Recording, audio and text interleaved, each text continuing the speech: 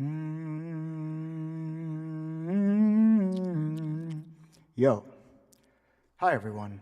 Good afternoon. We are getting the day started, guys.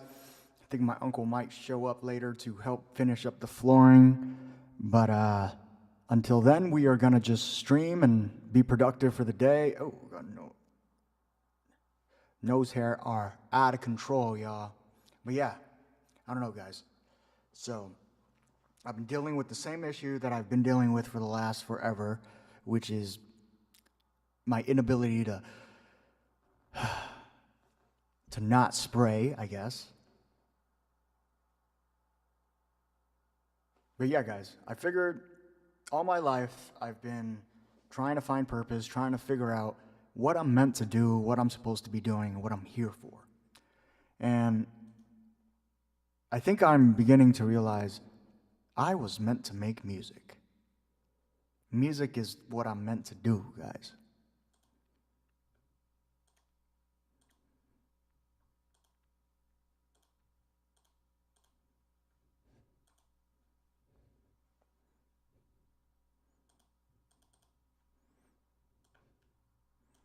So I got here the DAW that I'm working with, and that DAW is Logic Pro. And if you guys are interested in how you can get Logic Pro for free, I can hook y'all up.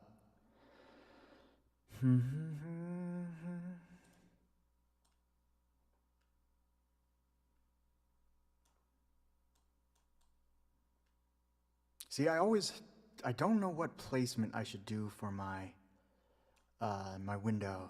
I guess here would be the less intrusive. And that's where I want to work on overlays and get overlays for y'all. Just because for me, I feel like the creative process I don't know, it has to like fit my vision.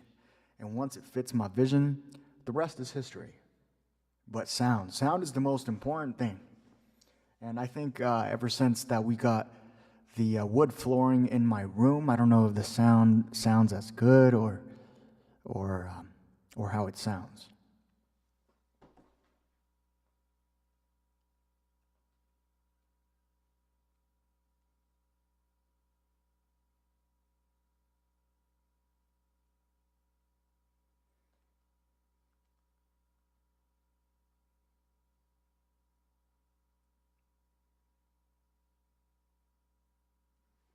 But let's get some tunes up in this biatch.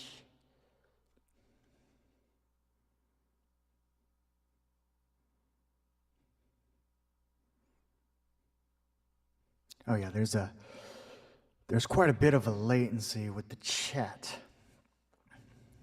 But that's fine. That's not really important.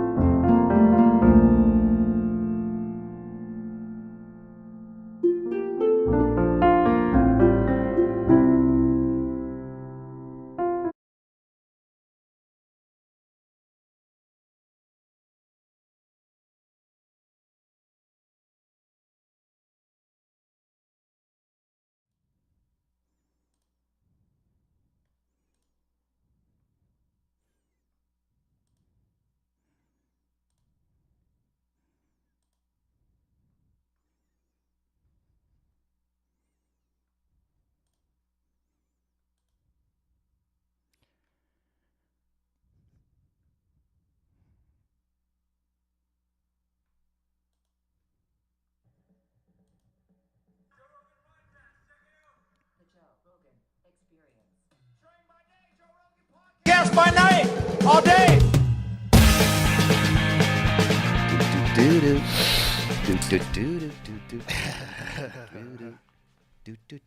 You know who wrote that? Yo. Who? Very famous person wrote. I guess. What is that Something from? that What show is that from? We should 70s. Yeah. Begins with an S. Stanford and Son. Yes. Who wrote And it? You're not going to believe it. Quincy Jones. Really? Yes. cool. And it's if you hear the whole song, it's a Got- really good song. I used Got to the love that show. voice. Stanford and Son was figured, fucking great. Funny. It was funny, Take a break ridiculous. from making music, and we're Brett gonna Fox was just the man. catch up on some He Joe was Rogan. So funny on and that. see, I actually didn't like that theme What's song going on? Here we go. when I first heard it. That was back when sitcoms were sitcoms. Oh, that one was like way. I felt like way better. Like Three's Company sucks. If you watch that now, that was like the #1 sitcom. Stanford and Son is still good.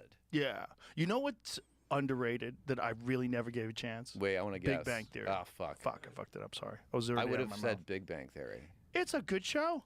I used to shit on it because I saw clips with, you know how you do I know retakes? where they're not No laughing. laughs? Yeah. But that's, you know what that is? That's like retakes. When you work on a sitcom, sometimes you have to do pickups. And yeah. I actually don't know, but yes. Oh, you do pickups, and Yeah. Right, nobody knows pickups. anymore. Nobody does it anymore. Yeah. Miss Pat is like the only person I know with a sitcom. Yeah. I couldn't that name crazy? one sitcom. Think about all the comics we know. I know one comic with a sitcom, Miss Pat, and it's on a streaming. It's on BET. What's a sitcom? Yeah, and that was everything. Like, And when do I people was really used first to watch starting, like, sitcoms? your whole thing was like you have to get a sitcom or you don't have any money. Yeah, well, or you're never going to have a career because you needed. There was no way to get people to come see you in the clubs, unless you had a special or unless you had a sitcom. Yeah. And I remember Zach Galifianakis, like it was pilot season. Remember that whole Oh, thing? yeah. That was huge. Like pilot season's coming up. Oh yeah, everybody would be in town for pilot season. Yeah, yeah. Everybody would be like a special kind of anxious. Yeah. Because your whole And- fucking career Yeah. was laying on this moment where you walked into this room and there was these weirdos, these casting people. There were always really socially bizarre people. And like tired and mad. They've seen some. And if you it's like guys always don't know who a Kyle dismissive. Dunnigan is, I think he has a they're the YouTube channel kings, and you that are has a peasant that begging offers for pretty a bowl funny of videos. soup. Yeah. And when you walk in, they know they don't want you. Like, They also know you're broke. yeah. And you Desperate. have that desperate energy. You want them to be, Yeah. you want them to like you. Okay. Hi guys. Want you to like me. Off-putting. I want you to What it like is. me. Death. I didn't get any. I never got a sitcom. I auditioned probably for 1,000. I don't know why someone didn't say this isn't. You're not good at this. No one told me. You could They have been on kept- Big Bang Theory, ironically. I could have been. You would have been a fucking major get for them. I would have been a huge get for them. Show would have been a lot better. I had actually I did get one of them. Now What'd you this get? is a story. Let me tell you this story. Okay. So I go in and you get like a callback. Okay. Yes. First casting director, and then you're like, please like me. Then you're like callback, and like, oh, they like me. Second callback. Now I get like real nervous. Like I'm like, it was a show, Happy Family. Ever hear that? No. Little nugget. What that year are we talking about? 2003, a long time ago. That guy Larroquette was on it. Oh yeah. I remember him saying he was eavesdropping on the set, and he goes, "My friend Don told me that on my gravestone it should say, it's not a great plot, but Larroquette's in it." He told that funny joke. And I was like, Boy. so He was the John Larroquette show was on the same lot as I was when I was filming News Radio, and Lenny Clark, who's a good friend of mine forever. yeah, I don't- Lenny was on that show, and I'd run into Lenny in the parking lot. We'd talk, but we would watch their feed where John Larroquette would like yell at people. yeah, that's you. The feed is always they forget there's a feed. Yeah, people were screaming about it, but no one had a cell phone back then. You know, we're talking in the 90s, so this is probably 94 or something like that. Yeah. And it was a bizarre scene, man. I never adjusted to being on television. I never did. That's a good gig, though. I mean, shit, that was like. Yeah, but I couldn't wait to not do it anymore once I did it. Really? Yeah, and I had the best version of it. I had the best version of it. Hilarious cast, brilliant writers. What was bad? The stress of it, it was just like, I just wanted to do stand-up. You know, it you was get just to because you're getting a little famous, and then you have 8 lines, yeah. and you said you could do whatever you want, and you're like blah blah blah. And Listen, then as far as check. that was also the problem is I knew I was never going to get another sitcom like News Radio. The other sitcoms that I read for were they were fucking garbage. After that, did they want you to do something after News Yeah, Radio? there was a few opportunities. I had a couple of development deals to do stuff, but then when Fear Factor came on, my first thought was like, yes, no actors. Oh, really? Yeah, I didn't have to deal with like the whole thing. Like the whole thing of the schmoozing and the, going to these award things and these yeah. parties and these press junkets that you had to do. It's like, Yeah. I didn't like it. Yeah. It just felt, I don't know. It was just weird. I never auditioned for anything. Like, I auditioned for a couple How'd you get commercials in News New Radio? York. There's I something auditioned there's for 2 something shows interesting ever. happening in We're gonna Hardball. get back to my Larry In the story. market. Don't go think to we your Larry forgot. No, Cat I story. want to There's a hear huge- this. I want to say it out loud because I set up a story and then I didn't finish. So I guess there has been like Trump did something with the tariffs. So let's go ahead and let's go to Grok. I like to use Grok when it comes to these things. So Grok, what did Trump do with the tariffs?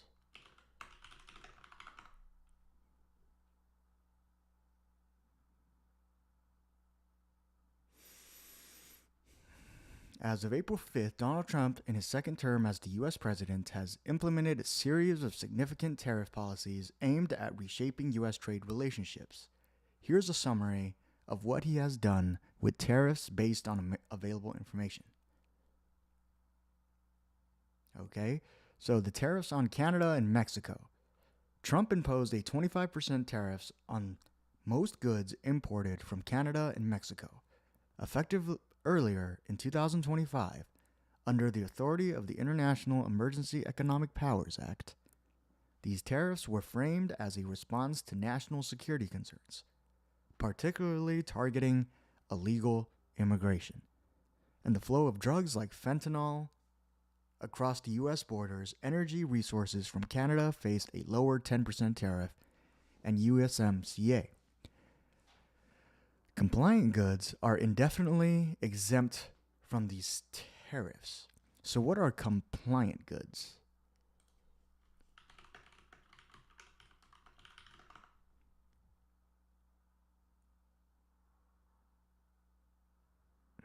Compliant goods refers to products that meet all available legal, regulatory, and industry standards for safety, quality, and environmental impact, ensuring they can be legally sold and used in a specific market.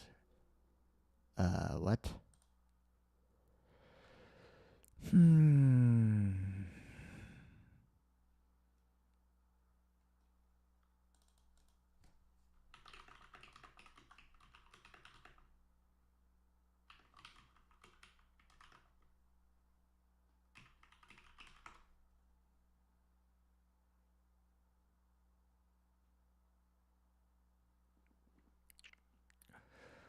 Okay.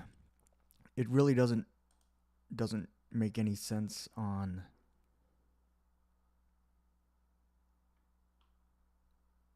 I'm going to restart the stream because I want to read